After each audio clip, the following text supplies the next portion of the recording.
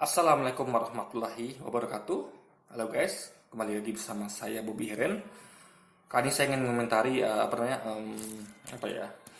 statement dari Menteri Agama Yakut Cholil ya, kalau saya nggak salah itu, ya kan.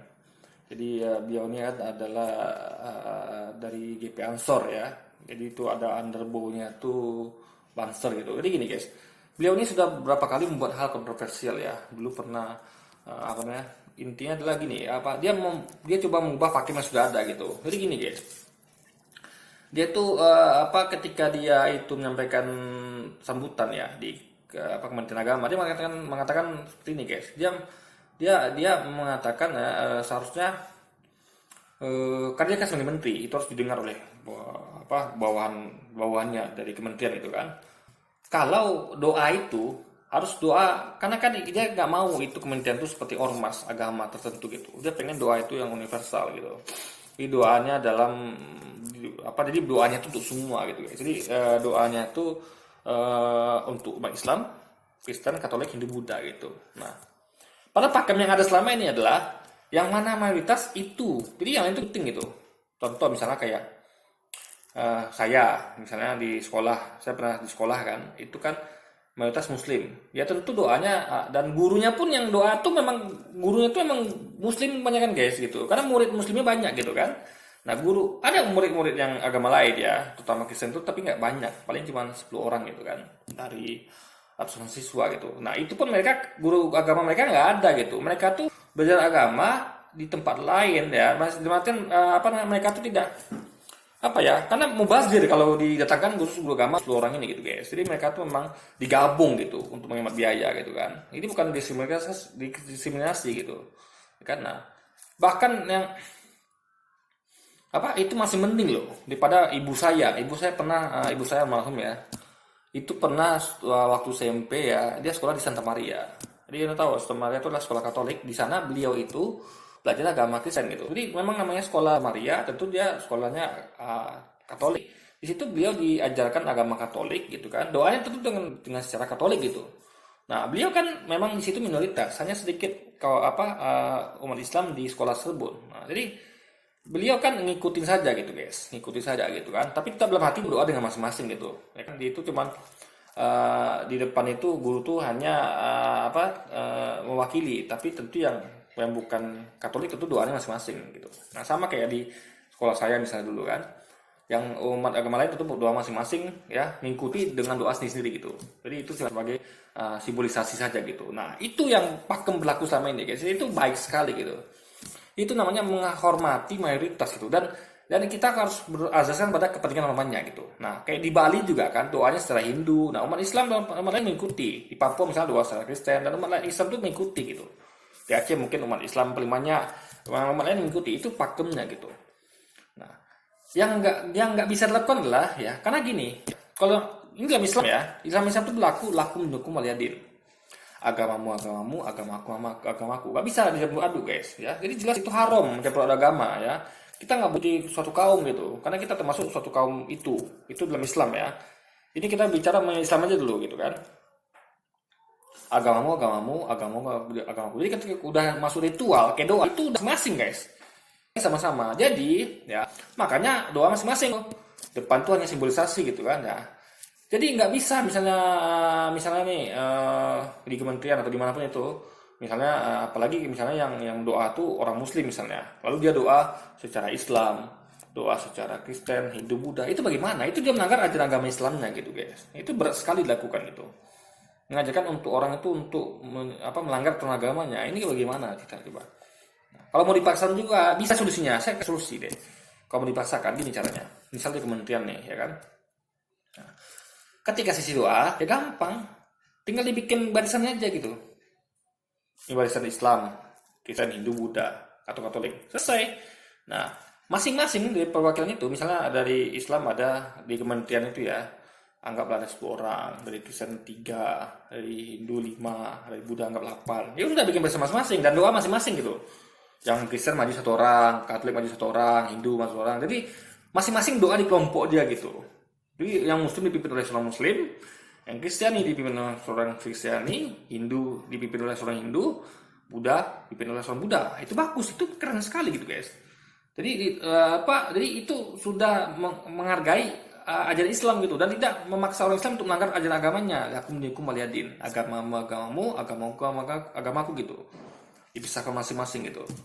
Kan toh kan katanya juga kalau doa yang banyak, kalau yang makin doa yang banyak kan makin dikabulkan. Nah, ini sebenarnya nggak lain juga guys.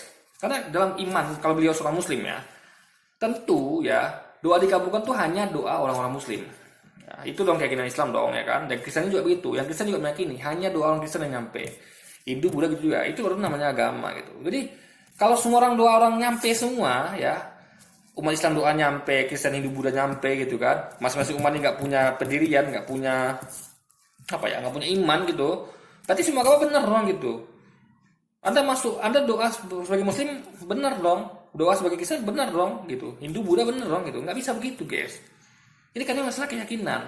Bagi saya seorang Muslim ya, saya meyakini hanya doa kami para Muslimin lah didengar gitu.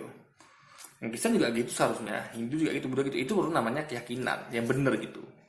Nggak meyakini kalau saya berdoa, teman saya Kristen saya berdoa, teman Hindu, Buddha berdoa itu didengar semua, enggak. Karena kepercayaan saya meyakini hanya Tuhan saya yang benar, agama saya benar, yang salah.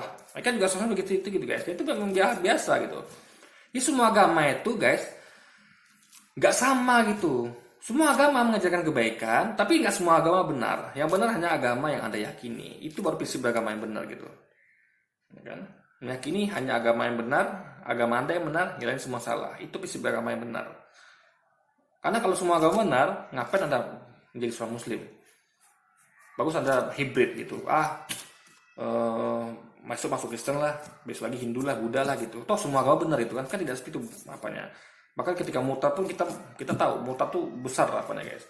Kristen keluar dari agama Kristen, Hindu, Buddha keluar dari agama mereka, Islam juga gitu kan, itu berat konsekuensinya gitu. Itu berpengaruh pada akhirat gitu. Ya kan? Nah, ini sekali lagi guys ya, pakem yang sudah ada tuh udah lumayan menurut saya gitu. Jadi akan sangat kacau kalau dipaksakan seorang muslim itu ya. Misal saya disuruh memimpin doa nih. Saya baca doa secara Islam, Kristen, Hindu, Buddha. Itu biasa berarti melanggar agama saya, guys. Nggak elok gitu, guys. Jadi ingat, walaupun ini namanya Kementerian Agama dan bukan ormas Islam, tapi bukan begitu caranya gitu. Saya misalnya gini, Kementerian Olahraga misalnya, Kemenpora gitu kan. Nah, tentu dia membawahi olahraga banyak, ada sepak bola, ada karate, tinju gitu. Tentu, ya kan, dia memakai universal ya, bisa gitu, universal bisa, karena ini bukan soal sensitif, ini bukan soal agama tapi olahraga bisa ya. Dia misalnya apa nih, ya dua masing-masing pun boleh gitu kan. Misal kontingen ini nih bola, ada muslim gabung sana doa masing-masing gitu kan, itu keren juga gitu.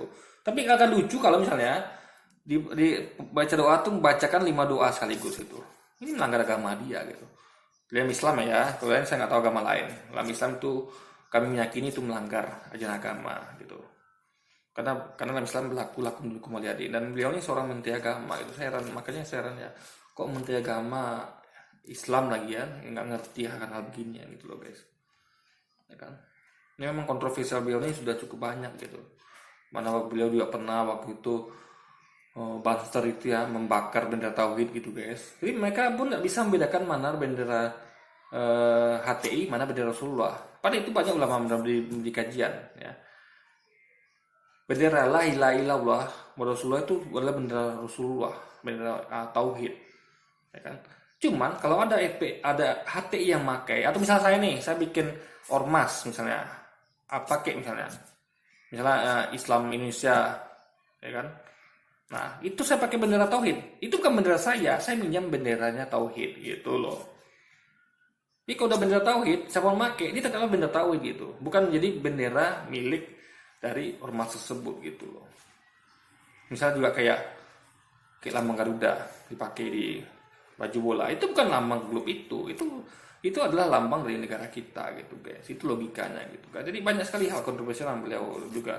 Dan juga waktu pernah ketika acara Imlek ya, beliau dibikin di kantor kementerian itu dihias dengan lampion penuh hiasan kayak Imlek itu. Padahal di situ saya yakin Kementerian Agama itu mayoritas Muslim gitu kan, menanyakan itu. Ini kan bukan suatu hal elok gitu guys. Bukan gitu caranya. Kan? Jadi intinya adalah apa namanya ya, justru ketika Kementerian Agama tuh jangan jadi karena itu dia tahu agama itu soal sensitif ya masing-masing. Ya sudah, kementerian tuh ketika ada Imlek ya biar aja gitu. Mau ada ini biar aja gitu. Cuma nanti ketika misalnya ada umatnya mau merayakan nih di sana, ya sudah. Misalnya Muslim Lebaran gitu kan, satu kami bikin sana opera ya silakan gitu, ya kan? Atau yang Kristiani misalnya pas lagi Natalan bikin sana apa jamuan Natal yang mengundang hanya orang-orang Kristen gitu silakan gitu. Bagi yang Kementerian Beragama Kristen atau yang Hindu Buddha juga itu silakan. Tapi bukan malah mendominasi kantornya. Apa itu kan kantor kementerian itu kan untuk semuanya, bukan hanya milik satu agama tertentu gitu guys. Jadi harus diadakan secara individu. Yang mana yang kementerian agamanya Islam, yang mana yang Hindu, Buddha, Kristen, laksanakan masing-masing gitu. Jangan campur adukan agama ini guys ya, berbahaya nanti. Ya. Oke, jadi mungkin itu saja video kita kali ini. Sampai jumpa lagi di video-video selanjutnya. Wassalamualaikum warahmatullahi wabarakatuh.